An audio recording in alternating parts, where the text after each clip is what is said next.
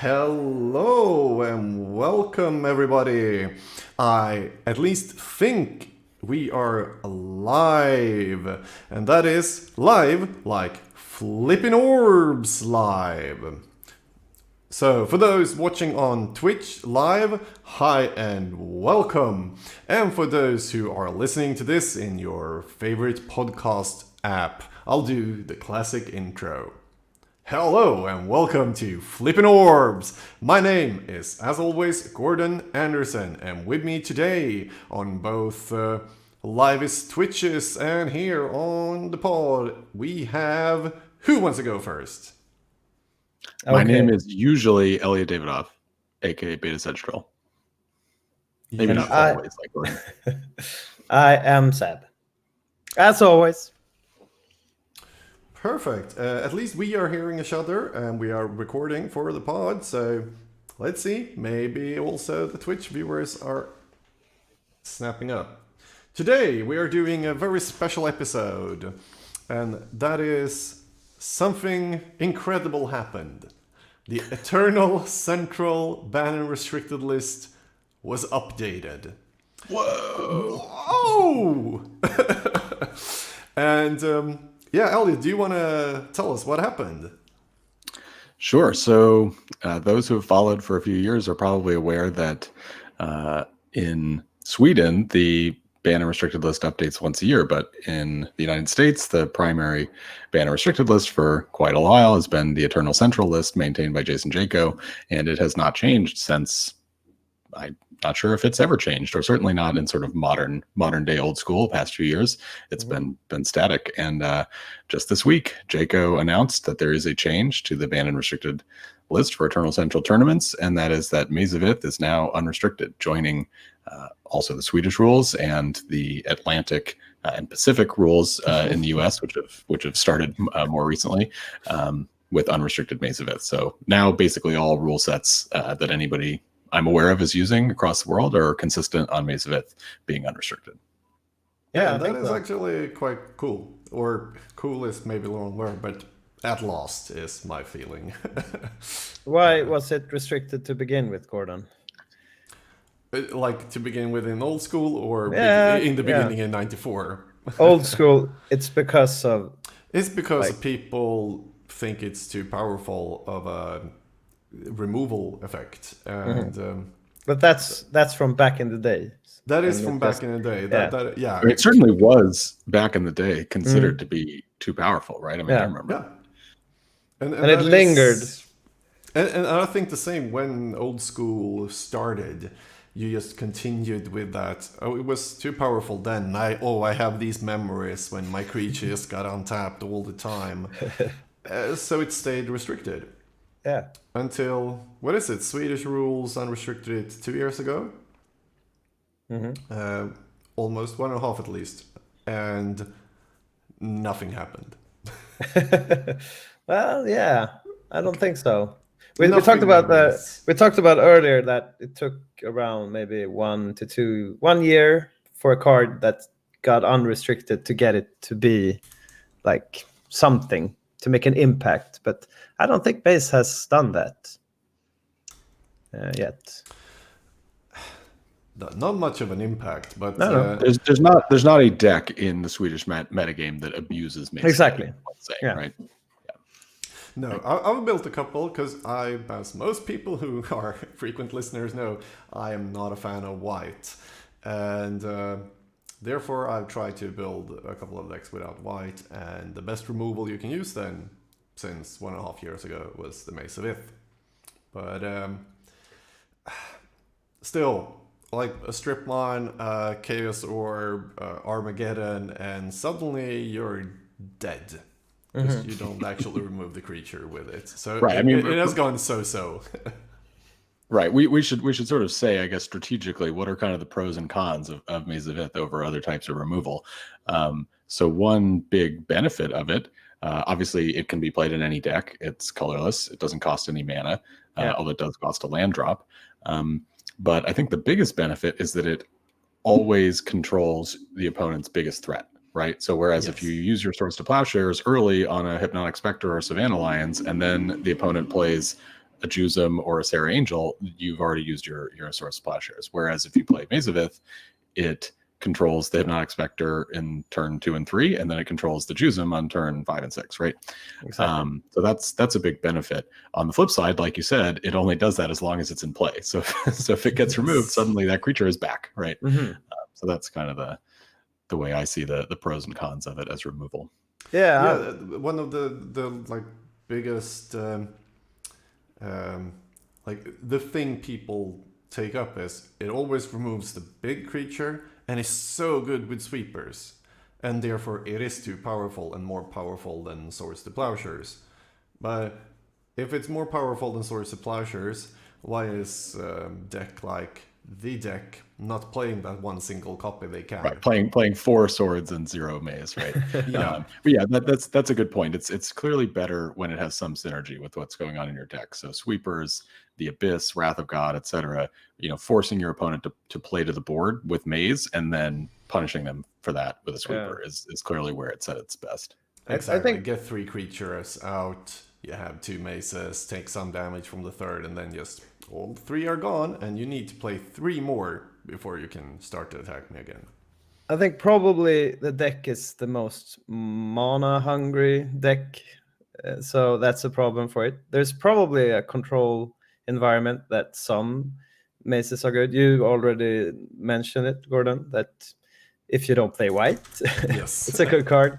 And I actually before ATOG became like locked into a, I don't know, Ankh Mishra-ish environment, at least here.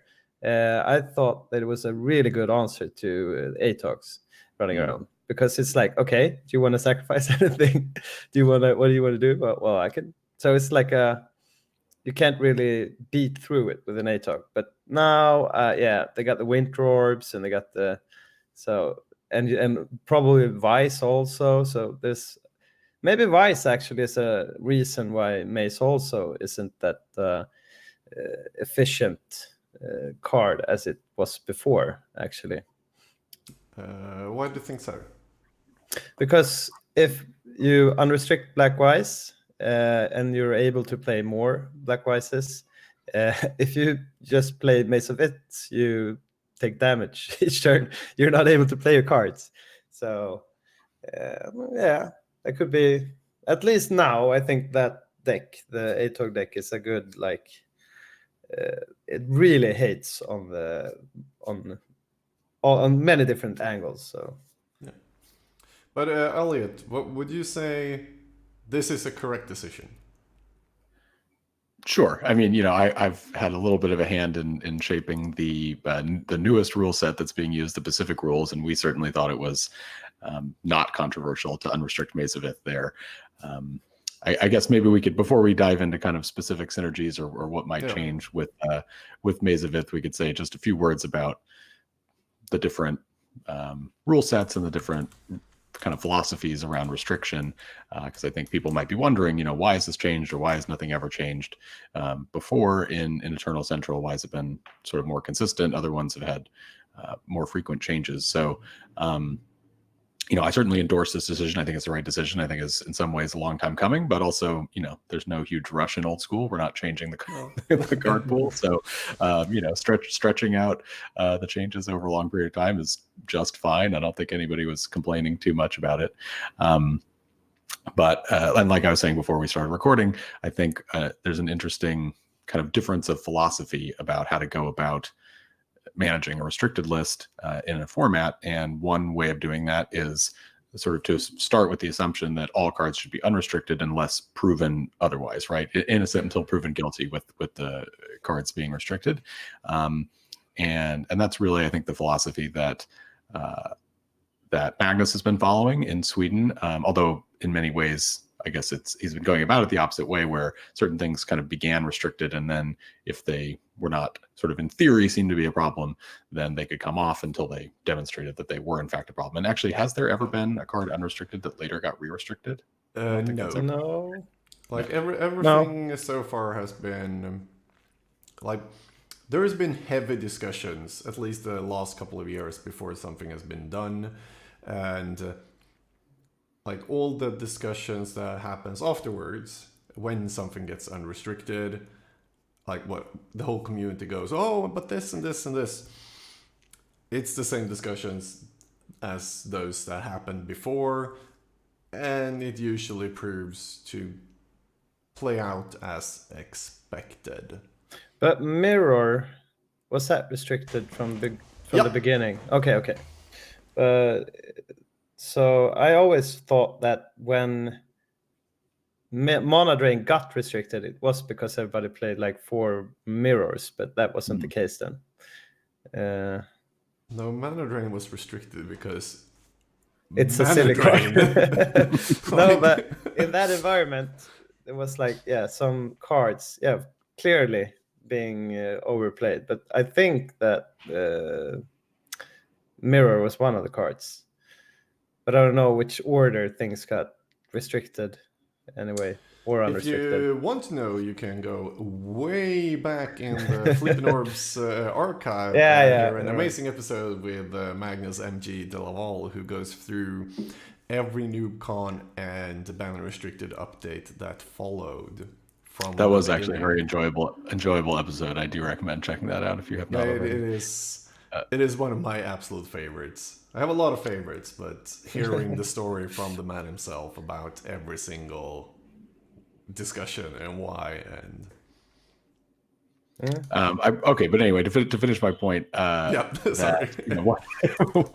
One philosophy on restriction is let's be as laissez-faire as possible, right? Let's allow every card to be unrestricted unless it's demonstrably a problem. And of course, there's different definitions of what's problem, right? Does problem mean that it shows up in every deck? If so, then Mishra's Factory should be restricted in Sweden, right? But it's not.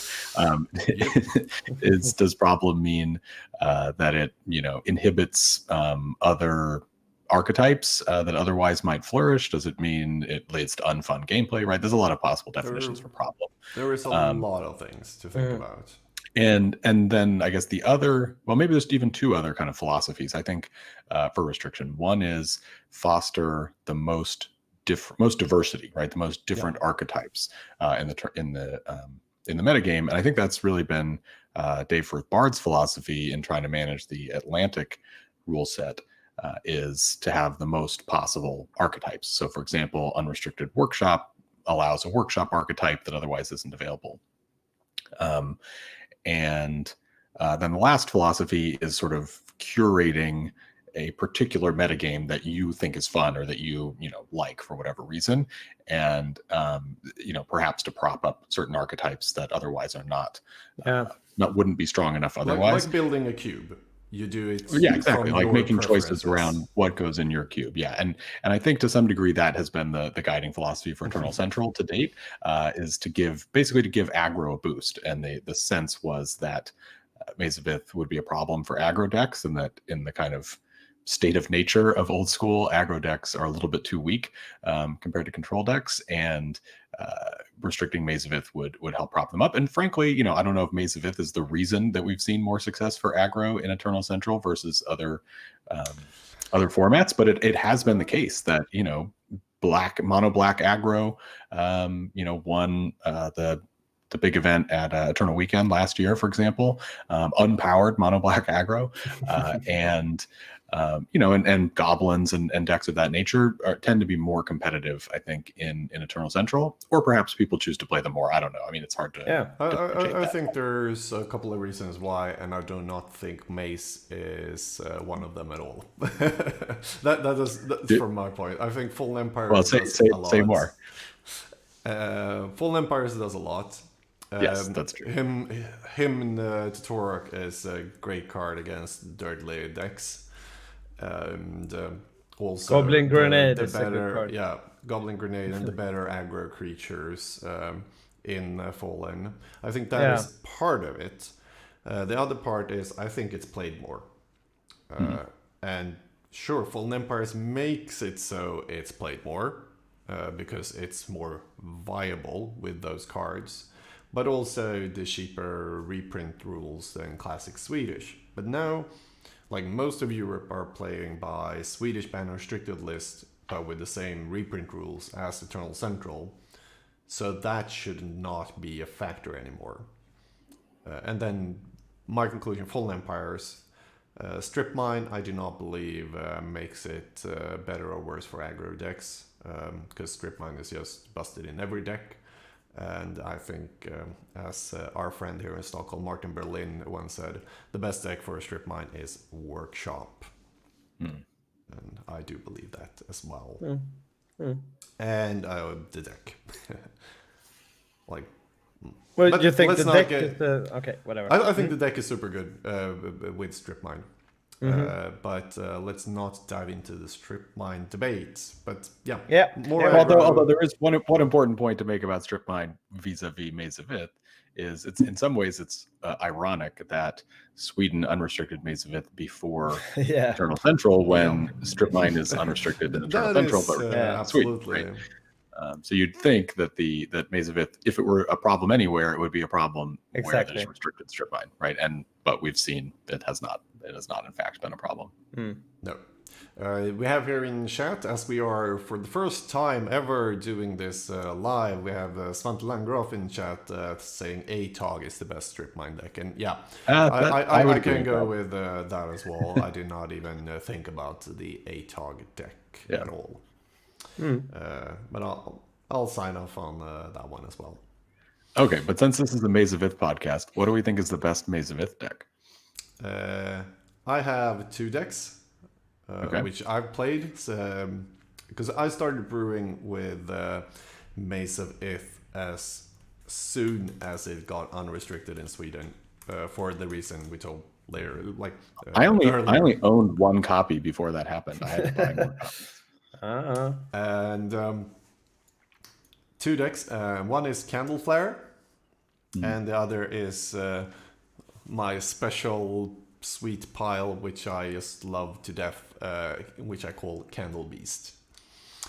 So how does it work in each of these decks? What does it do? So Candle Beast is a Guardian Beast Orb combo, but with the secondary plan of beating the opponent down with Mishra's Factories. And that means playing a candelabra, or 2 or 3 or 4 candelabras to untap the factories and pump them huge. I think the biggest factory I've had is a 8/8. And if you play a candelabra, why not also play Maze of Ith? Because one candelabra becomes another Maze of Ith if you have one in play. And if you have 2 candlesticks and 2 Maze of Ith, that's some good defense. And as it is really a combo deck, defense is what it wants. And the same with Candle Flare. You can also use the Maze of Ith on your own Mishra's Factory. If you had 2 Mishra's Factories and are attacking into 1 blocker, you can do some tricks there as well. Exactly. You just maze your like unblocked or blocked creature, depending on if you want to kill the opponent or a creature, and pump and use the candlestick and do it once more, because you can actually use the maze to untap it once more, even though you mazed it once already. You can untap it if it's already untapped. Yep. Yeah. So you can pay 2 with the candle to untap the Mishra that pumps and the Maze of Ith, and then tap again to pump, and then use maze to untap it again and pump. And other stupid things like that. And also, I guess we need to address the fact that you can untap something after damage also. Yes. So you can discussion. Yeah. And that's pretty cool. Even with Mishra or whatever, you can. It's kind of mind gaming in a way. Do I need to block, or do I need to? And you always have like, okay, am I the aggressor? Then I can untap it and still keep it as a blocker, I guess. So is there a deck? Du svimmar ur bild. Du simmar ur bild, Kai. Yes. Is there a deck that interaction matters a lot in? Like, could you build a deck around that idea? Well, there's one deck that's really efficient with Maze doing this, and that's the Eureka deck. Right. And it's because of Colossus of Sardia. Right. But I don't know if there's a deck per se. I have some cards we can delve into, and you can grade. We can do that, or we can discuss. Let's do the discussion with your decks. Exactly. Well, let's talk about one more, and that's the Candle Flare deck. Because that is a classic combo deck where you use Mana Flare and Candelabra to generate tons of mana. And it is quite a slow combo deck, so you need some protection. But once again, it's the candlestick that makes Maze very good to use in that deck.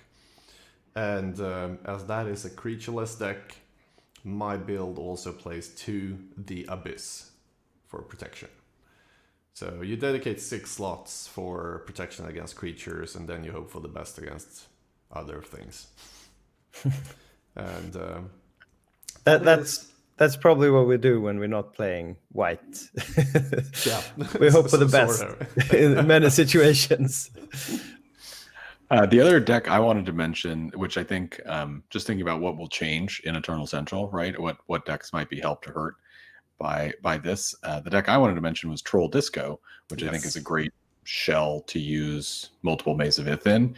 And in particular, I played Troll Disco at the Eternal Weekend event last year under Eternal Central rules and made top 8 with a terror in my sideboard because I could only play one Maze of Ith in the main deck. And so it was like no brainer that terror could have been another Maze of Ith. Would have that mattered? I did get to terror an ATOG with it. I do recall that. So that was pretty fun. But yeah, I think that's probably the most competitive deck that I think is significantly helped by additional copies of Maze of Ith because of what we were talking about before, where you have Sweeper in the form of Nevinyrral's Disc that makes where Maze stays around after the board sweep, so it's super extra powerful. And in many ways, that's a better control environment for that card. You don't really because you're not playing all the Fellwar stones and things like that. Right? Exactly, and you don't need all the mana each turn. You're not using all that.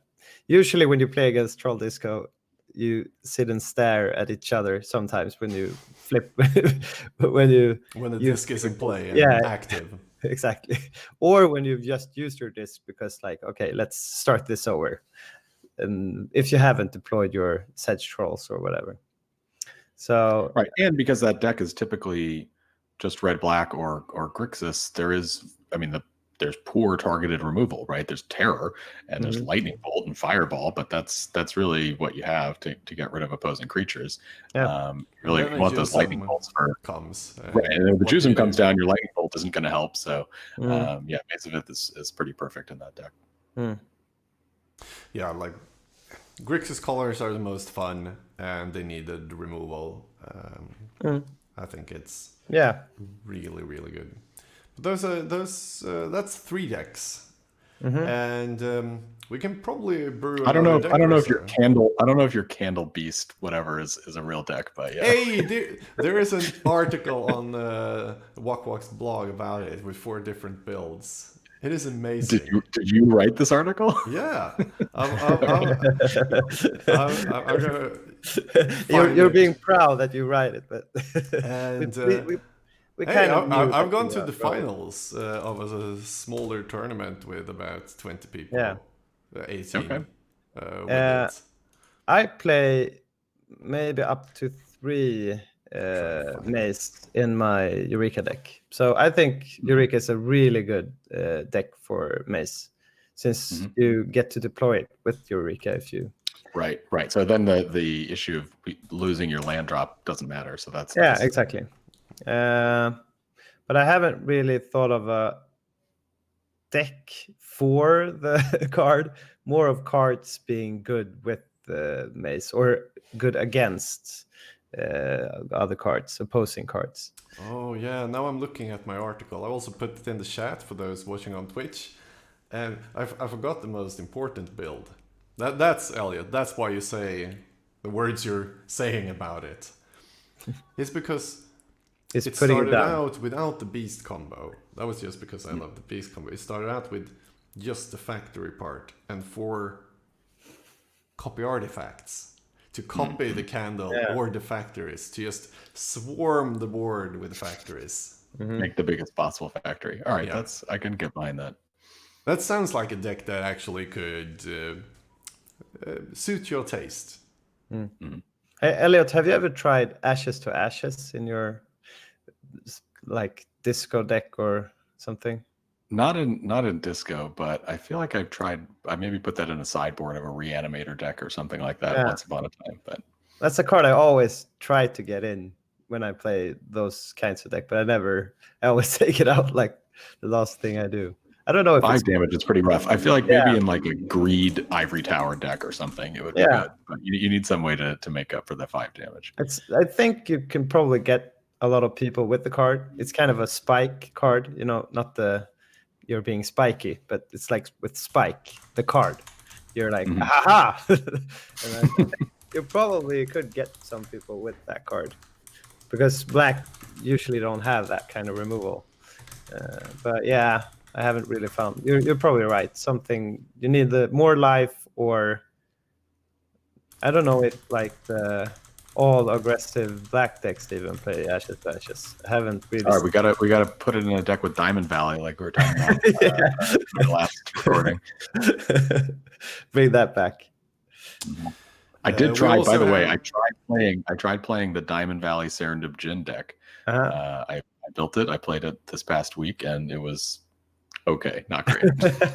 Yeah, I would not do there. But did you have fun? It was fun. Actually, I never even got Diamond Valley into play, so basically it was just a Serendip Jin ramp deck, so whatever. Okay. Serendip Jin ramp deck. Yeah, sure. I guess if I can build a factory candlestick copy artifact deck, you can build that. I'll give you that. I just realized as we are doing our first live recording ever on Twitch, we have some persons who are watching the stream and have no idea who we are or what we do. So just a quick reminder for those viewers out there, we are Flippin Orbs, a podcast you can find on all your favorite podcast platforms, not only here on Twitch. This is mostly just a test to see if this is a good idea as well, to put it out in as many forums as possible. Yep, that was the small plug. But Seb, I think next segment here, I think you are the one who's going to lead us into the brewing, magical brewing space. Do you have anything from your soundboard to? No, sorry, my soundboard is a bit screwed up. I can do like, I can do like this. Let's see. We can flip the table on screen, and it's the same as my last test stream. I can do a Monty Python run away there or something like that. Sorry. Okay, so I'm figuring that I will mention some cards, and you guys will give it a grade. Maybe I should give it a grade also from 1 to 5, and we can like find a winner in this new meta where you're able to play Maze of Ith. So I've found cards that are probably good with Maze of Ith. Okay. Okay, so you have a list of cards that will be good with Maze of Ith that you now can play all over the whole world, not just the coasts and Europe. And we are going to do what? I'm going to mention a card, and you're going to give it a grade from 1 to 5, each of you. Just 1 to 5, not like 1 to 7, which is okay. More of a 1 to like the episode numbers. What you have there, 1 to 5.5. Yeah, sure. I can use the drunk meter here. So, you can give a small statement on why you chosen to grade it as such. Okay. Okay, sure. Elliot, you take the first card. Okay. The first. You're the first shot on the first card. Yes, That's that's exactly what I want to do. So this is you playing the card and now having access to Maze of Ith. So Juggernaut. Juggernaut. Oh, interesting. So meaning I'm playing with Juggernauts and I'm also playing with Maze of Ith, or Yes. my opponent is playing with Maze of Ith, You're or both? playing with Maze of Ith. Okay. Yeah, I mean, this could go in like a mono brown kind of deck, and where maybe you have your candelabras even, and you're trying to do more of an aggro thing with that. That I would not have necessarily thought of Juggernaut, but I would give that like a 3 out of a 5. So save your Juggernaut when need be, or have it up to block, even if it gets through. Yeah, 3 out of 5. Okay, Gordon. Gordon is doing. 3 out of 5. Is that high or low? I'll give it a 1 out of 5. 1 out of 5? Why? Give us your reasoning. Is it because you don't put it in those kinds of decks, or is it? Like I would not play them in the same deck, and also Juggernaut is not a good card. Well, that doesn't. You are playing. Does it make Juggernaut a better card? With Maze of Ith. Okay, it makes it a 0.3% better card. So the answer is yes, but still. So 1.5. Well, okay, sure, 1.5. We have a guest in the background. Yeah. So Elliot gave it a 3. I would probably give it a 3 also. Mostly because we're fetching cars here. Mostly because I think some things that's not that good with Juggernaut is you have to attack each turn, and we already talked about you being able to untap it, and you can untap it if the opponent has, I don't know, what creatures do you have that's stronger or. A Mishra's Factory. I mean, that's like why Juggernaut is terrible, right? Because if the opponent has a Mishra's Factory, it can't attack profitably. Yeah, but then you have a blocker. I don't know. Sometimes I've played Juggernaut, and I think sometimes you need him as a blocker, and you're able to have him as a blocker. But then again, maybe you have your Mishra also. I think it's slightly better. I just need to throw out a big thank you here for to Old School MTG, who donated $15 for the stream and the podcast. I didn't see the alert. Still trying to get this Twitch thing working as it should. So sorry about missing that, and thank you very much. A big shout out to Marcus, who sits behind that account. Marcus Lundqvist in London. Go and play some Magic in London with the Brothers of Fire if you ever visit there. They deserve a shout out. The Brothers of Fire are amazing. Yeah, because clearly. Actually, sorry to interrupt Seb's whole segment here. An interesting possible use for Maze of Ith is since you mentioned the Brothers of Fire, and they have an upcoming event that is Team Unified, right? Where you have to field 3 separate decks that don't use more than 4 that obey as if they were all together as a single deck. Still have to obey the restricted rules. So I bet Maze of Ith is a little better in Team Unified because every deck doesn't have access to Swords to Plowshares or whatever. So anyway, just thought of that. That's a good point. Okay, let's get on. But I just moved everything here on screen. 1, 2, 3, 4, 5, 6, 7, 8 cards. So we're done 1. Okay. Okay, Gordon, you're first now. Okay, sure. Mr. Sanger Vampire. Yeah. Or is it a Mrs.? I don't know. No, it's not Grandma Sanger. Okay. Okay. How? How does Sanger Vampire gets better with Mace? Well, because of I don't know. Okay, just give it a grade. And so okay. you're doing 1 here again. Okay, my grade is. Say what now? That's my grade. I'm not even going to say 1.5. Okay. Sorry. My reasoning behind even taking this card is because of its ability to eat creatures, I guess. Yeah. So you untap it after damage, and you have I've played with Sanger Vampire, and I've always felt this, that, okay, I need to raise and whatever. And usually, if you have him as a blocker, the opponent might swarm the board. Say he has 3 apes or maybe 2. And you can still attack, and you can untap it, and you can eat that ape if he attacks into you. That's pretty cool. Sure. Elliot, what do you think about this? But you need to give it a grade. I'm putting 1. Yeah, I would give it a 2 out of 5 on that basis. Okay.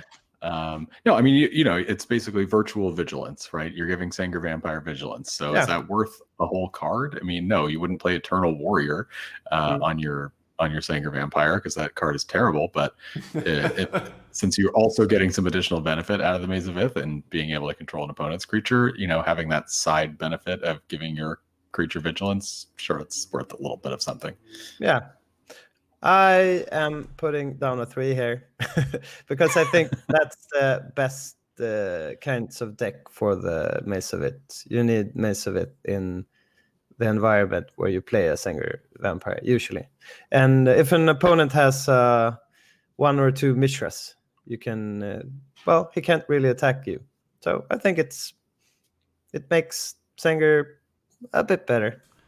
Okay, so making a creature gain vigilance, but especially if you can make Sanger Vampire have vigilance, that is okay. Well, the game is it's make your own Sarah Angel. Yeah, whatever. The game is, do you think it's better with Maze of Ith? Okay, it is better with Maze of Ith as every other creature is. I'll give it a 2 just to make you happy. Okay. Well, I'm not happy. You can. So, okay. I'm never happy. Is every card on Seb's list a creature?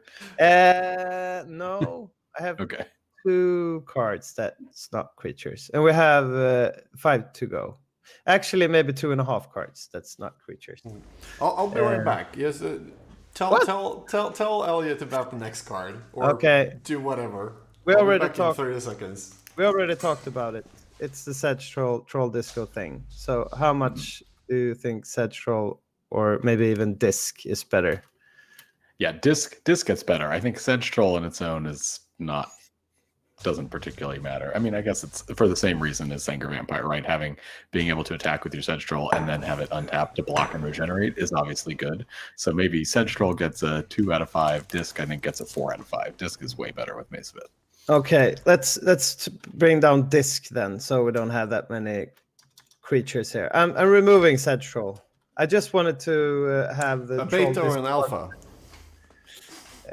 Are you removing the beta Sedge Troll? No, I do not have the rights in this forum here to remove the beta. I could just remove one of the.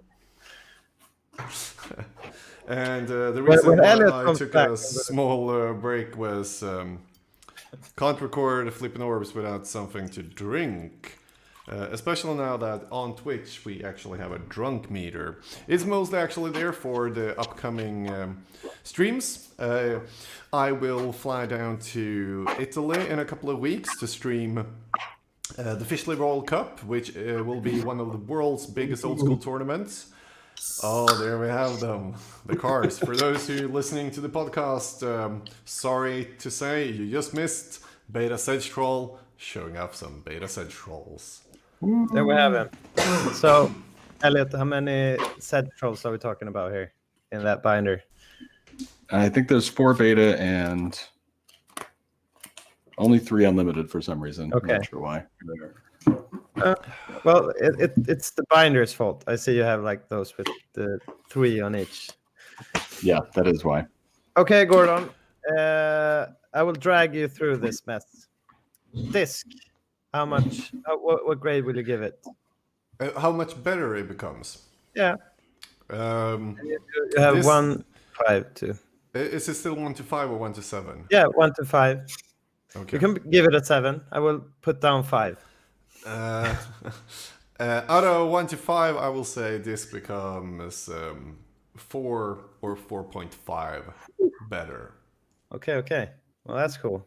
I will do a 3. Have you said anything else? Sake. Well, if you guys think it's so good, I need to like take it down a notch, and if you don't care about it, I need to bring it up a notch, and that's usually 3. We already talked about Colossus of Sardia. Well, it's actually playable. I could start now because I already addressed the fact. So Yep. I will actually give this a 5. It's hard playing with that card, and the Eureka deck can really play it if you're able to play Maze. So I'm bringing down a 5. Slap it. Okay. Sure. Who's next? It's you, Gordon, I guess, this time. Yeah, sure. Colossus Sardia gets 3 from me. A 3. Mm-hmm. Reasoning.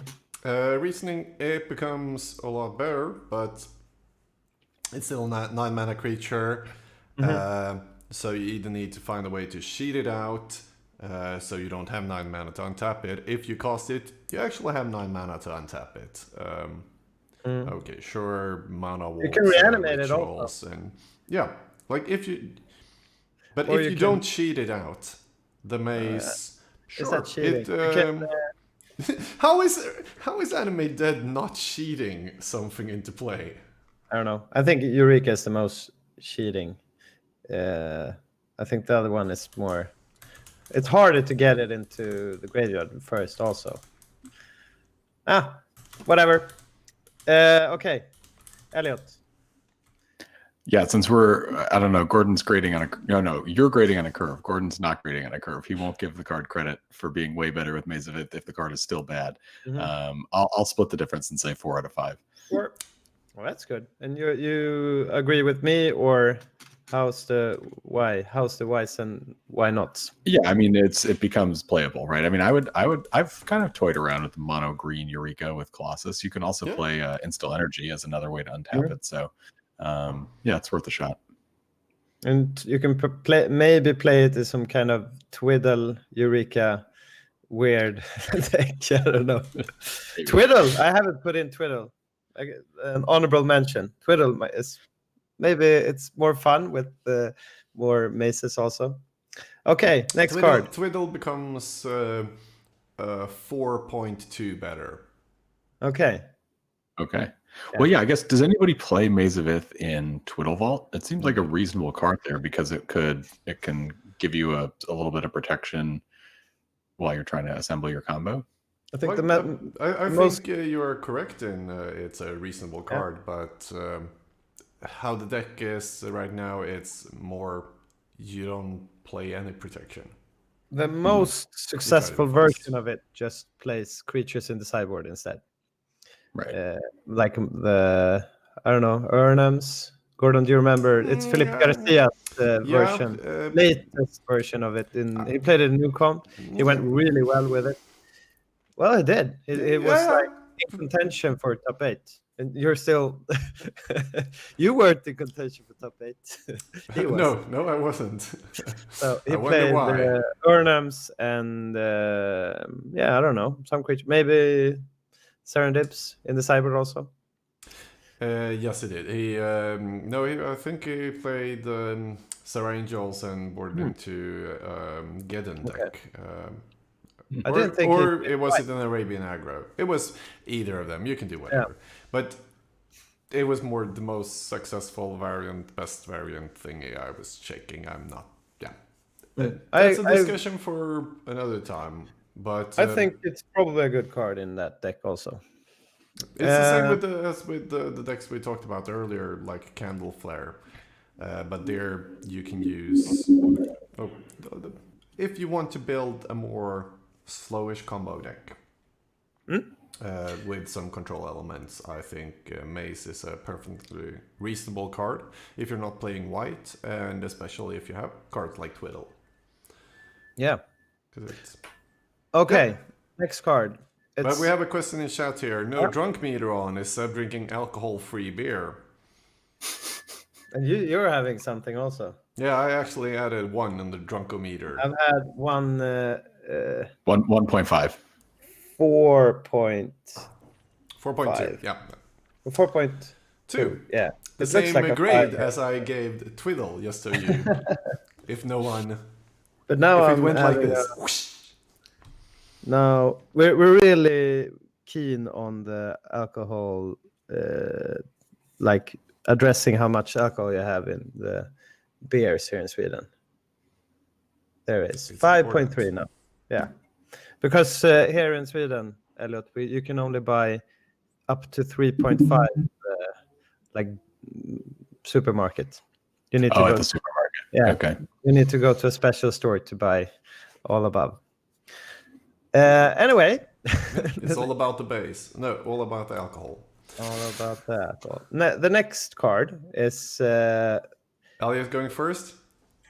Yeah, I think it's Elliot first. It's the Abyss. Or / Drop of Honey. Okay.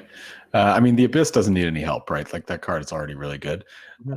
I mean, I give it 2 out of 5. It's a little bit better with the Maze of Ith because before you drop it, right? It's better in your hand with the Maze of Ith in play because you force your opponent to play out to the board with the Maze of Ith, and then you drop the Abyss and punish them. I guess same thing with Drop of Honey, but also again, it only if it's in your hand, right? You have to get them to play out their creatures first, and then you can sweep them with Drop of Honey. Drop of Honey only kills 1 per turn, so it's not quite as... Oh, but you still have the Maze of Ith to control the other one. So as long as they get 2 creatures out, you're not going to take any damage, and you can remove them both. So it becomes a 2-for-1. So yeah, both of them, I would say Drop of Honey because it's coming from a lower starting point than the Abyss in terms of how good it is. So maybe I give that a 3 out of 5. Abyss 2 out of 5. Okay, 2/3. I can go next, Gordon. Yeah, do it. I think your reasoning is sound. But I think also that usually when you have an Abyss in play, or maybe not Drop of Honey, but if you have an Abyss in play, you, like you said, you have to go wide if you don't have an answer, and then if you have the mace or whatever. But also if you have a mace, you also have to go wide. So it's a 2-for-1 either way, I guess, because you need to have something to go beyond the mace, and then you can start eating up the creatures. So yeah, I'll give that a 3. And the Drop of Honey, the problem with Drop of Honey is it gets destroyed. What does it say? If you don't have any creatures in play, right? Yeah, If there's no creatures in play. It's probably discarded. Yep. Yep. So that's that's on screen for those who are watching. So and not probably it does slightly better still, I think. If you're playing that card in a green deck, you probably need answers, and I think you're probably playing Maze of Ith, so I'm giving it 2 also. Okay. Go on. I'm giving it a 5. Going. We're talking about the Drop of Honey now. But I'm going to give them the same score, even though Drop of Honey is worse. Like, no, Drop of Honey maybe a 3, Abyss 5. The reasoning is 1 mace, 2 mace. The opponent plays creatures, then you drop the Abyss, and it is almost a hard lock against creatures. It is a lock. If he doesn't find an answer to your mace or to your Abyss, it is over. That's just how it is. And yeah, that's a good point. If you're playing a deck like Arabian Aggro, let's say, and the Abyss comes down, and you don't have any means to remove the Abyss, your best shot is to just draw running creatures for a few turns in a row, right? And if you can get 2 creatures out, and then you have to sack 1 and attack, and you drop another, and you keep doing that for a couple turns, maybe you can get over it. But if there's a single maze in play, that doesn't work. Exactly. So, and that's why I say the Abyss gets very, very much better because of the mazes. So in a maze deck, it's almost a combo. Not just a good combination. And if you the Drop of Honey doesn't get the same just because of that last sentence that it's discarded. Because if it's discarded, it's no longer a lock. Then the opponent can start to play creatures again. You can wait it out. Yes. If you're not playing some weird deck where you need to kill your own creatures. or if you have 4 drop of honey, so then it's okay because you can play one, and when it's gone, and the opponent like, aha, now I'm going to beat those mazes, and you just like drop of honey. Is this something for our Diamond Valley deck, Elliot? 4 drops of honey. I think if you're wasting land drops on both Diamond Valley and Maze of Ith, it's probably not going to work out very well. But you have the drop of honey. But you have drop of honey. No, that gives you time, right? I'll sack my creature to Diamond Valley before drop of honey can take it. Yeah. Well, Combo. Okay. Next card. The next card is I choose this earlier. This is Guardian Beast. So it's you can think about deck archetypes, or you can think about the card Guardian Beast. Like because you can attack for 2 with Guardian Beast and then untap it and still protect your artifacts. Yeah, it's the first thing. I give that a 0 out of 5. But also like the Guardian Beast decks are probably more control-ish, and maybe they don't have to be white. As I told you about my Guardian Beast maze deck, but the thing Elliot is saying is doesn't matter. Well, no, because I attack for 2, and now I untap it. Okay, in response to untapping it, I'll destroy your artifact. Right. Well, that's true. So I use my second maze to untap it in response, or it works around. Does it work around Shadow Storms? I think Shadow Storm and. Okay, I would give it a 1. Yeah, 1. Just because there is actually something there, like when you have 2 mazes, or against Sorcery Speed, Shadow Storm, and you can be playing the Scepter deck, like you discard down the opponent's hand. You don't want it to be tapped in his draw step. He can draw a removal, and then you can untap it after attacks.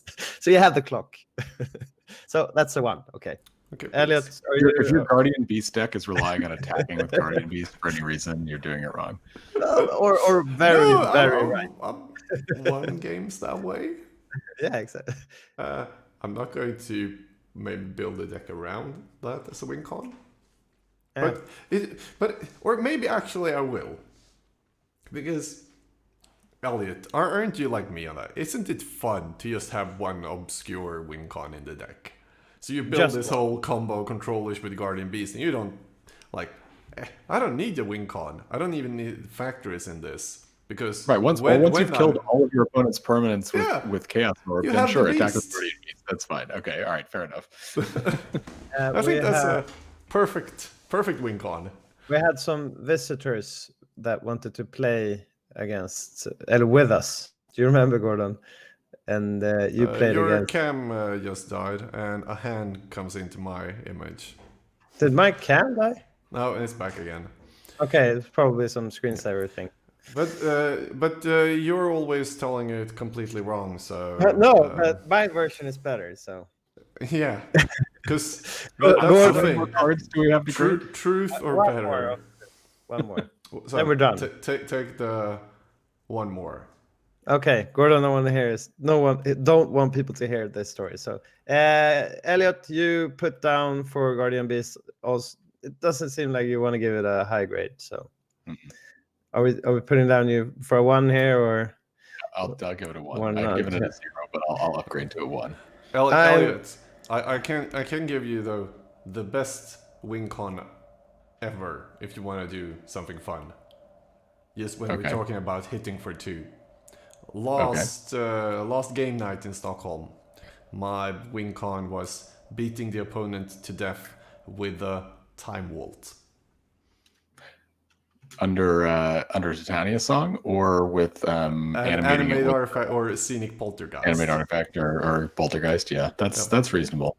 I was going to say, what about Maze of Ith as your win con? How would you do that? Living Plane. Very good. That is actually quite good. I have won a game attacking with Maze of Ith. Okay, last cards, guys, and then I will give you the results. I gave Guardian Beast a 2 because I like the idea of just having Guardian Beast as a win con.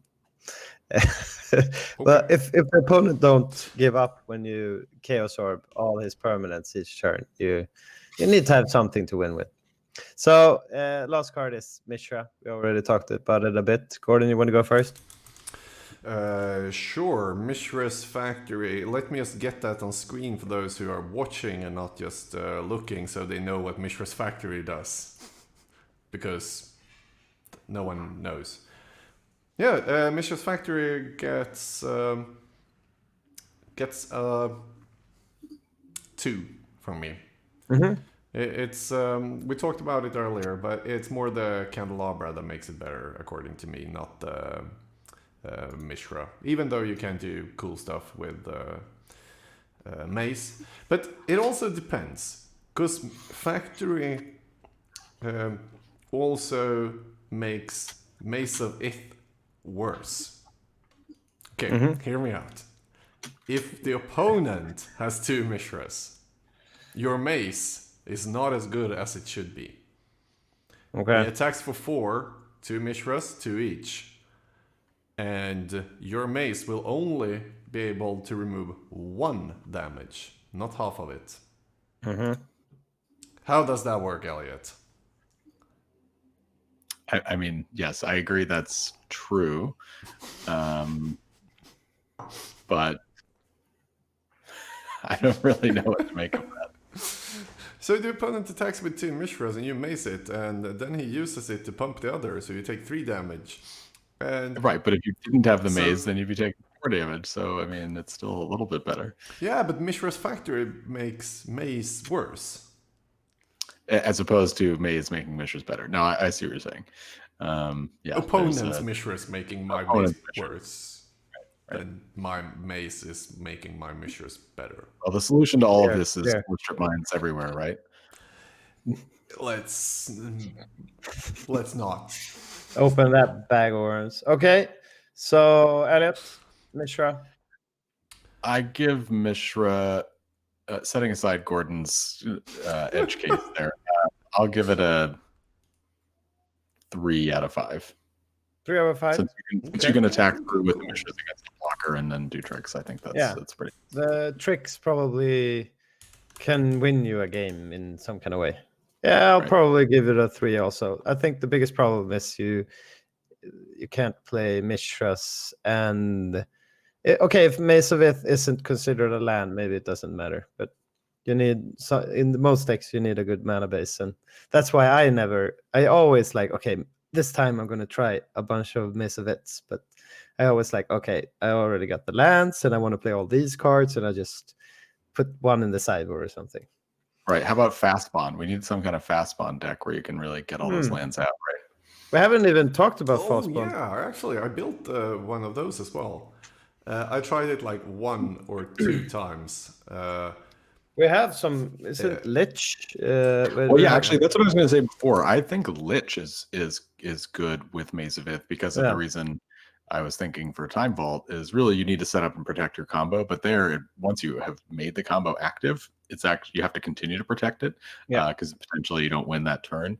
And getting attacked by a Jusum when you have Lich in play is a serious problem. So is it? And you probably already have Fast Bond in your Lich deck if you're doing it right. So yeah, I think that could be a good spot for it. Absolutely. Okay, I'm trying to end this segment, but let's quickly, just give a grade on Fast Bond, Gordon. Give a grade because I forgot that card. That's pretty good card to have.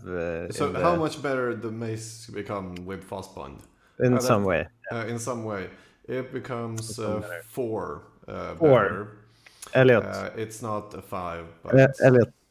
God damn, you're trying to just stress this out. Well, because Elliot needs to go soon.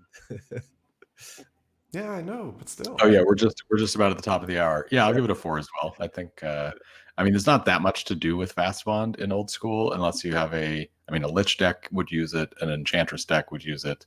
I don't know, does Enchantress want Maze of Ith? Probably not. It wants to paralyze. But clearly, I mean, the fundamental problem with Maze of Ith being that it's a land and therefore waste your land drop, Fast Bond obviously helps with that. So I think that's a good pairing. I tried to build a lands deck once. that was focused on just playing all the different lands, candelabras. But what does it do? I mean, is it a living plane deck? Or Nothing. does it do... Yeah, exactly. Nothing. It doesn't. It had 2 win cons, 1 living plane and 1 fireball, or 2 fireballs or something like that. Probably it should have 1 more living plane, but otherwise it's trying to use the draw 7s. Like, Seb, you're doing all this strange things, so you're not in cam. Okay, I'm trying to I think you can build a lands deck that isn't horrible. But because it actually functioned like 20% of the time, maybe 25, when you draw 7s. That was okay. So, putting Fastbone in the mix, because I gave it a 4, I thought that was pretty awesome. If you find a Fastbone deck that works, I think Maze of Ith is probably good in it, because it's a card that just does something, and it's a land, and you can deploy it. Basically free, cost, yeah, whatever. So, what card do you think won? Do you even remember all the cards? what, We had Juggernaut. the Abyss one. I think the Abyss. The Abyss. Okay. Yeah. Well, So now we need like a Grixis control deck with the Abyss with Maze of Ith. That sounds like well, the spot, actually, right? Fastbone was the winner here Oh wow, whatever. with 12 points. Okay. Abyss 10 points. Disc 11.5 points, and Colossus of Sardia 12 points. Okay. So we have a tie between Fastbone and Colossus of Sardia. So somebody build the Fastbone Colossus of Sardia Abyss deck. It's a pretty good deck. You right? need lands to cast Colossus. Exactly. And it works around the Abyss. Yeah, sure. Yeah. I do like your face, Elliot. Well, I'm just thinking. So we got black and green. You could have Eureka and Animate Dead. I mean, you can kind of do everything, right? We can do whatever we like here. And we Okay. can play a Diamond Valley or 2 even. Sure, why not? I want to Sacrifice see Colossus this list being made. We could play Force of Nature in this deck. Not with the Abyss, maybe, but No, with the Abyss. it will give it haste with the Concordant Crossroads. Yeah. Yeah. And that, guys, for those listening in podcast form, I'm going to do the sign off. If you're watching live, maybe 1 or 2 of us hangs around a bit longer, but for the podcast crew, Flippin Orbs episode, I have no idea. Seb is looking up on wak-wak Might be right 25. now. Didn't you say it was 24 last time? I think this must be 25. Then I will say it's It's 25. our silver episode. Yeah. Silver episode, Flippin Orbs episode 25 is now over. You find me at Gordon Anderson everywhere, and you find Elliot as Beta Sedge Troll. you Twitter put it and as a question. I agree. It's better said Stroll. and Seb. Where do people find you? MTG Sebcelia on Instagram, and I think it's just Sebcelia or something on Twitter. But I use the wak-wak account sometimes if I want to troll someone. So if you want to reach out to the podcast, you can do that. wak-wak.mtg in most social medias, and or wak-wak.mtg@gmail.com, or visit wak-wak.se for all the episodes and whatnot. And that's probably it. Okay, guys. Good night, good morning, or whatever, whenever you're listening to this. Thanks for Flippin Orbs episode 25. All right. Now it's So that's the sign off. So now everyone can stop the recordings. Okay. Okay, I'm stopping. Hoping for the best. Stopping there as well. Okay, so maybe I can edit that into Flippin Orbs episode. And as You want it as a MP3? The MP3 WAV? yeah, you can't choose that now, as you've already recorded. I hope. Yeah, I recorded. Yeah. But I can export it after I record. Okay, then I recorded in a WAV file. Then I want the big super file. I can save the project, and then I can export it. The poor Twitch viewers are watching Seb use Audacity for the first time live. Hello, my name is Seb. It would be amazing, Seb, if you could share your screen with us. Well, I can do that. you I just probably actually have to sign off Yeah. though. You guys, Elliot, but thank you. 10 o'clock in the morning on Thursday for me, so I'm gonna get out of here. Yeah, thank you very much for being able to join us so early in the morning, Pacific time, and see you next time on Flippin Orbs or whatnot. Cheers. Have a great day. Cheers. Bye bye.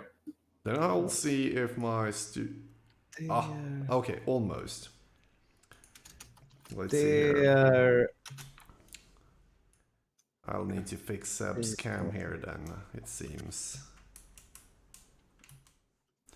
Come on. Something like that, maybe? He has such a strange cam, nothing is showing.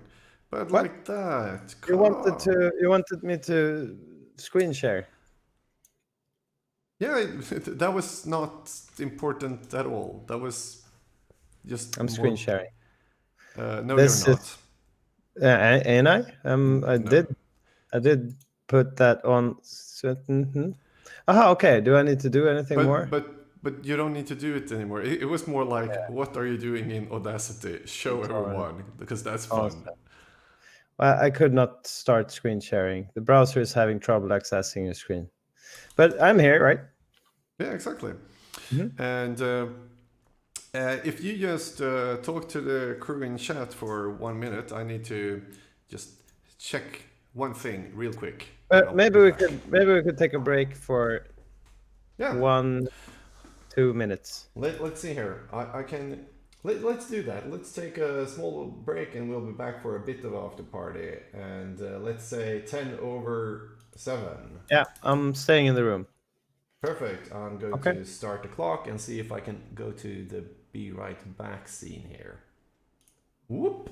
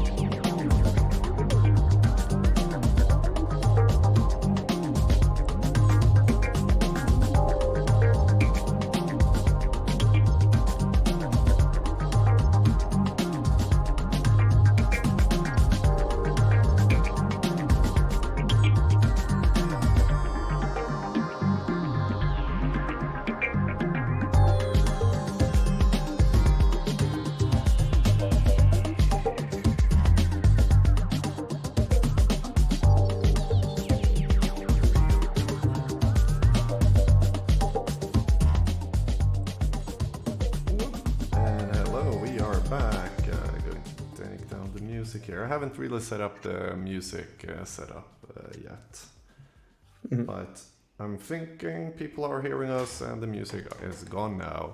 And the schedule is finished. I can't be here for much longer. I always think it's, for those special ones who are amazing and sit with us here on Twitch, of course we need to do something extra. Like killing them with time waltz. Softly. Or something like that. So, Maze of Ith unrestricted. I don't think we need to talk more about that though. No.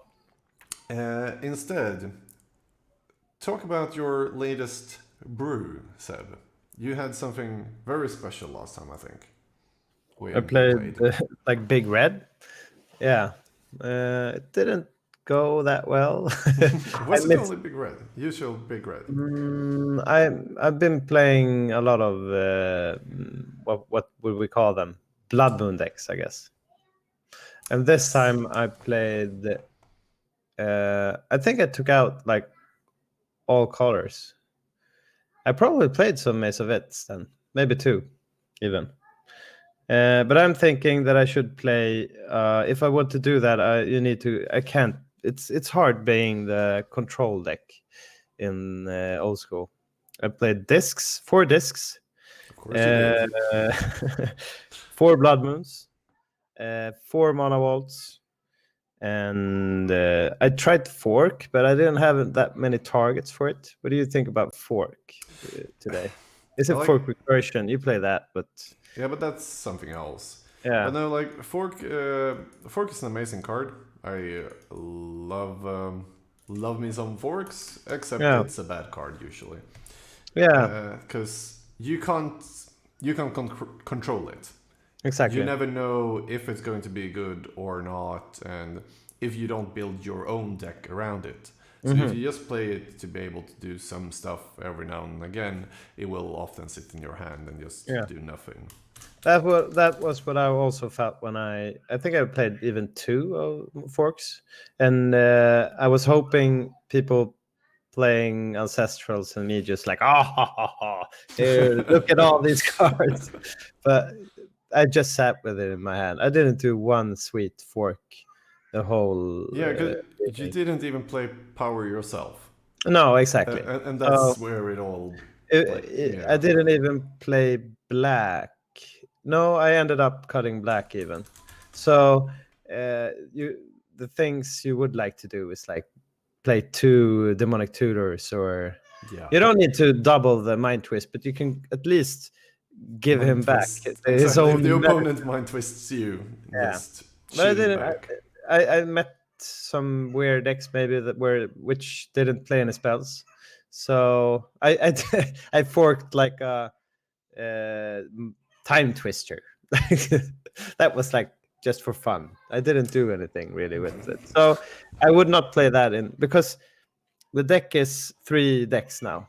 I realized after playing. I played it wants 3 different things. Yeah, I played 2 Fireballs and 2 Mana Flares. And that's what I was hinting at. Like, I want to play Fireball, Fork it, Mana Flare, that whole deal. But no, it didn't really end up that way anyway. Because you need to go either the route where you, like you said, I don't think you need to play Power to play Forks. You could probably play the Mana Flare Fork deck. But then you need to do all that. I just like put some fun cards in each direction. But that's how you play old school. Just some fun cards and it didn't work out though. It was a book deck also. I would like to address that, because it was a control red deck. So I played 3 Yamdo Tomes. But no, it didn't work out. It's the third direction is the red-black direction, and then it's the more reanimator ball lightning kind of deck, I think. And that could be fun to test, like playing 4 ball lightnings. You could still play the blood moons. We already talked about that on an earlier episode of Flipping Orbs, that you could you could also play like Mishra's Factories and whatever cards. You can still play the ball lightnings if you play blood moon. Yeah, that was last episode. The strange blood moon. Yeah. Other uses of blood moon, but it is. But you played Mana Flare in a bunch of Shivan Dragons, and that is exactly. I played 4 Shivan Dragons also. So. Like, that is pretty sweet. How many Mana Flares to that? Just 2. Just 2. Yeah. That's what I'm saying. It's like you don't really need the Mana Flares if you're playing 4 Mana Walls also for the Shivan Dragons. So it didn't. Yeah. Maybe you need to play 4 Gauntlets and 4 Mana Flares. Exactly. You could and 4 Fireball and 4 Disintegrate, or just go all in on that. That's a really good argument that somebody made. Why even play Mana Flare? It's 3 instead of 4, but in converted mana cost. But that was not. Gauntlet of Might. Okay, gives everybody mana on their mountains, and that's probably better, I guess. Absolutely, it's more okay to ship the turn with Gauntlet of Might instead of playing Mana Flare and then go. That usually it usually doesn't end well. Yes, no. So here we have the Mana Flare, and I was going to ask one more thing. I forgot about it. Yeah, that was for chat actually. Also, Seb. Now we have this streaming setup that we tried a while back. Me and Svante Landgraf tried this streaming setup out, and now we've done it with Flippin Orbs, and it seems to be working. We can actually do some different things on stream. Is that something we should do, and not only tournaments, which has been the usual content on this channel otherwise? Maybe we should do more talk show hosts or whatnot here on the stream. What do you think, Seb? I think it would be fun to do. You and Svante talked about art, didn't you? Yeah, exactly. It became less about it than maybe supposed, but just because there was I was more into fixing all the tech. Yeah, but you could do the more visual things then maybe. And we already talked about having an art episode on the Flipping Orbs. Yeah. And we could revisit some earlier guests. I'm thinking about like the misprint guy could show his. Yeah, I can show the collection actually. Yeah, and those kinds of. Oh, that's a good one. We should do. Yeah, we should do a live Keith episode. Yeah. Old school MTG here. Marcus says no.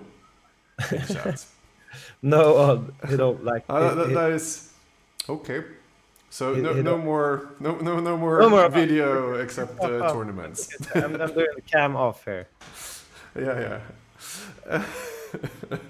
Okay. Marcus, you want to join us? If you have your cam set up ready, I can send you a link and you can join us and say why you say no. And because that's also the setup I've done now, it's quite easy to take in guests from chat and whatnot.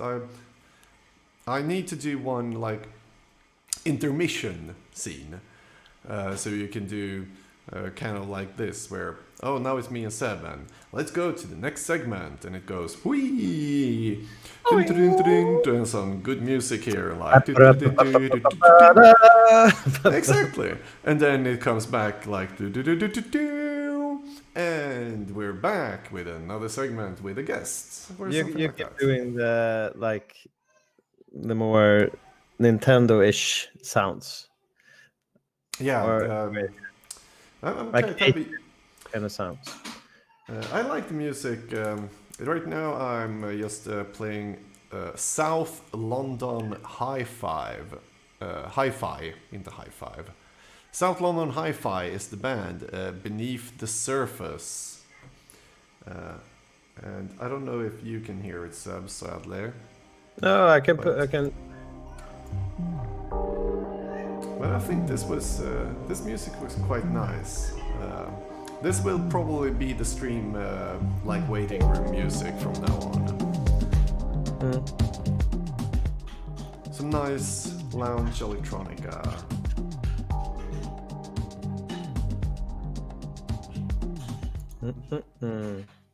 But if any viewers have suggestions on good content to do, also I want to do more like real video content, which we release instead of doing things live. Need ideas for that as well. Seb is usually spitballing a lot of ideas, but No, I'm not. so. But I don't always just want to do what he thinks. The viewers, you're also important, or are you? Yeah, I'm trying to go in one direction, and Gordon is going the other. Sometimes we may not agree on what is the correct thing to do. But wasn't this fun actually, live streaming the podcast? Yeah, I need to get some things fixed here. Same here. Marcus took too long, and I need to go and help with some food. No, okay, yeah, I'm not talking about that. Yeah, sure. but I need to actually. I have like 15 more minutes. Was what I was. Well, that's cool. At. I mean, I need to fix some things because my microphone stand is like a bit too much to the wall here, so I can't really change the position of it. And as you said, I was like red. I got. Yeah, because you have a lamp there. The light is off now, but you can turn on the light and you become all red. Yeah. This is how mics. We probably need some seconds to warm up to be red, but yeah, whatever. But Gordon, what have you played some saddlebags deck last time that we met, didn't you? Yes, I played. I talked about that actually in the test stream here on Twitch. The Janner Saddlebags combo. A stupid deck with Janner Saddlebags, Animate Artifact, Scenic Poltergeist, and what is it more? Some Transmute Artifacts, and Instill Energy, and Time Vault. So you take all the turns. And what cards were the best in that deck? What cards would you cut? Nothing was really good. No cards, very good. Yeah. but so that gives me. But like Instill Energy. Like a good card. Yeah, the Poltergeist is a Mox Monkey. It can destroy boxes. That's cool. Yeah. But it doesn't combo with Instill Energy. No, you're right. It's a creature until next upkeep, but it's not a trigger that makes it an artifact again, so you can't respond and make it a creature. There will always be a point where the Time Vault is not a creature anymore, and the enchantment falls off. So that's a bit sad. So I'm thinking of trying to do it a bit. I did all the cards, and nothing that protected me. I had some counter spells to protect the combo. I think you need to go like a bit control-ish. Put together a deck where you, like I did with the red deck, like, okay, let's just try everything and let's see what works. But you're saying that nothing really works, or no, but it kind of worked. Marcus, I'm coming to your question soon. Because all the cards kind of wanted the same thing and did the same thing, taking infinite turns. So the deck was very, very, very focused. Yeah. You just needed to draw the correct things and have the opponent do stupid stuff so you could combo off. But it was a bit slow. against the more aggressive decks. Yeah, the mana curve is maybe a bit weird. Yes. Yeah. But other than that, it actually worked. I went off a couple of times and Well, that's turn 3, and then you that's told when you're me happy. that the same thing. That's why you play old school, right? Exactly. You're sitting here bickering about the small things that don't work, but should I play 3 or 4 Yander's saddlebags? that is the correct number is like with Eureka, right? yeah, always 0. But I'm still. leaning towards 3. What do you say? You don't need it in your starting hand. This is a thing that you do with Magic. I tend to do like the 4, when you the need 3, something. When you need something to begin with, you always play 4 of it. If you need to find something, maybe there's other way to find that thing. And General Saddlebag, there are options there, aren't there? Yeah, Transmute Artifact. As Time Vault is key in all the combo parts. Exactly. You probably want to play a couple of Transmute Artifacts just to find that one. And therefore you can go down on Saddlebags so you can find... Yeah, I think because you can find each part of the combo. Yeah, except one thing, and that's the Scenic Poltergeist. That's not an artifact. No, but as Scenic Poltergeist doesn't combo with Instill Energy, yeah, it wants you to play 4 Saddlebags. We're way down the rabbit hole now. So like therefore you want the 4 Saddlebags, because the Poltergeist is the best part of all the combo pieces. Because it actually can do other stuff. We need to play 4, but we can't play 3 because of this, because of that, and the Instill Energy. Yeah, so that's one way. You do the Poltergeist route, and then you need to play 4. But there is another way of doing it. Skull of Worm. So instead of playing Poltergeist and Saddlebags, you just play the enchantment part of the combo. And it falls off and you bring it back. What? Yeah.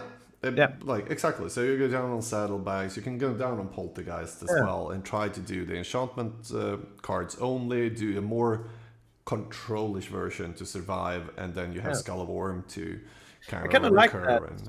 Okay, I'm spitballing here. But, is this it's not a copy artifact environment we're talking about here? No, but of course you can play an animate artifact and an animate dead and a copy artifact and your deck is 100 cards now, but still. No, but I'm thinking about a reanimator deck with not a reanimator deck, but you can play maybe some other threats in a way. You could play always the Trisks. And if you're playing Reanimated and the Skull, I'm thinking about the Skull of Orm. Yeah. So to find the combo, you can use the small book, and also play Jalum Tome. Yeah, exactly. Yeah. So you can play Jalum Tomb and Tome, and be both like animate dead deck as well as Time Vault combo deck. But also the Skull of Orm gives you back your animate deaths. Yeah. Okay. Yeah. What other enchantments are we having here? You could also... You could play this in this deck. You don't need you could play Field of Dreams Millstone. It always comes back to this. Yeah, because you can mill down the Field of Dreams and bring it back with the skull. Okay. Yeah. And you can also mill yourself to find the combo and then take them back from the graveyard. And now we're only about 80 cards. So it's kind of if you're playing a self-millish deck, you need more cards, I guess. Yeah, I mean, exactly. Otherwise, you will just deck yourself. Yeah. Or something like that. Okay, so that was the deck tech of the not episode, the Flippin Extra. The extra episode. Yeah, but we have here from Marcus in chat. are you guys coming to the team event to join Team Marcus? I know we talked about it, but I don't think it's possible because it's like the You're same going time to as something Fish else. Liver Oil, and I'm going to maybe, I don't know. When is it, Marcus? It's like any weekend now. It's in November, isn't it? Yeah, it's. I feel There we bad have it. about. It's the 9th of November. Remember. Remember November. The Marcus is a really straight up guy. He always thinks like, "Oh, that's okay, whatever." I'm trying to get to the point here, Gordon, that Yeah, we're not I'm going. waiting for it. I'm bringing it up and I'm letting it go. Yeah, he is the better man in this because he says like, "Yeah, you should do this. Come over." And we've never actually really been to like the English events. Have you? Gordon? Talk for yourself, Seb. When did you play one Like, of I those? went big I events? went over two times. We talked in an episode about going and taking the. Can I say? You asked me a question. Do you want to No. answer? I want to just. No? We Okay. talked in an episode about taking the. They have a tournament where it's Viking-ish theme. The North, King King of the North. Yeah. Was In it that only we Scotland. talked about then? That's why I don't know, but Okay. I was You've been- there in the early beginnings of the Brothers of Fire. I went over and we did a small pub play. Me, Marcus, and what was it, Scott? Were there one more, or was it just us three, or something like that? And then we went to Birmingham and played a tournament, and also I went there to play old school at the Magic Card Market series. Was it that, Marcus? I went over to play in London, West End of all places. But no, that's why I was on like we should be sister cruise, brother cruise. But we should go there and do a proper event and hang out with Marcus. Yeah, 'cause Marcus has this amazing place. He's an amazing host, and they fix nice tournaments in London, which are just. And Yeah. London is a great town, and it's super easy for us to go there as well. So yeah, we feel a bit sad. 9th of November, you say. I do believe there is something that just screws that up, but I don't remember.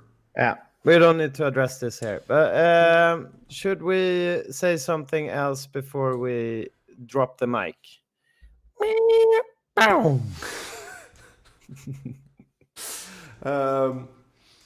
Yes, I want to do a small plug for the 9 viewers we have left, and that is we will stream a couple of tournaments. Later on. In the end of September, we will stream the Fish Liver Oil Cup straight from Italy, as long as Italian internet allows us to. And in the middle of October, I will also go to Madrid to stream the European Championship of Pre-Modern. And hopefully in December, I will also travel back to Italy to stream 3 days, or at least 2, but I think 3 days of Magic at the Nebraska's War, both Legacy, Vintage, and Old School.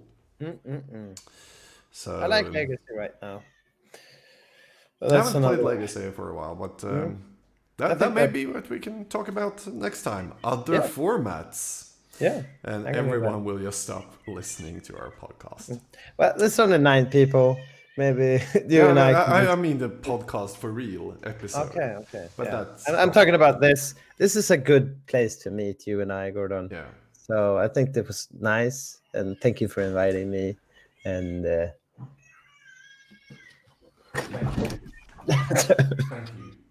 Thank you. Okay.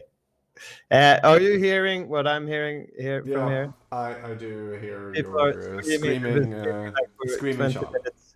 Yeah. So And this simply is Cole, yes, Legacy is fun. I'm seeing someone like running out here, jumping from my balcony. And that means a sign off from us. Ah, Thanks burning. everyone for watching. I'll go and try to edit the real episode. If Seb, if you can send me the file as soon as possible, put it in our drive. I'll give you in an hour. And I'll try to edit and get the podcast episode up and about in as soon as possible. Thank you for watching, and see you next time. We will do more commercial about it before and not just say hi, we're live. Bye bye.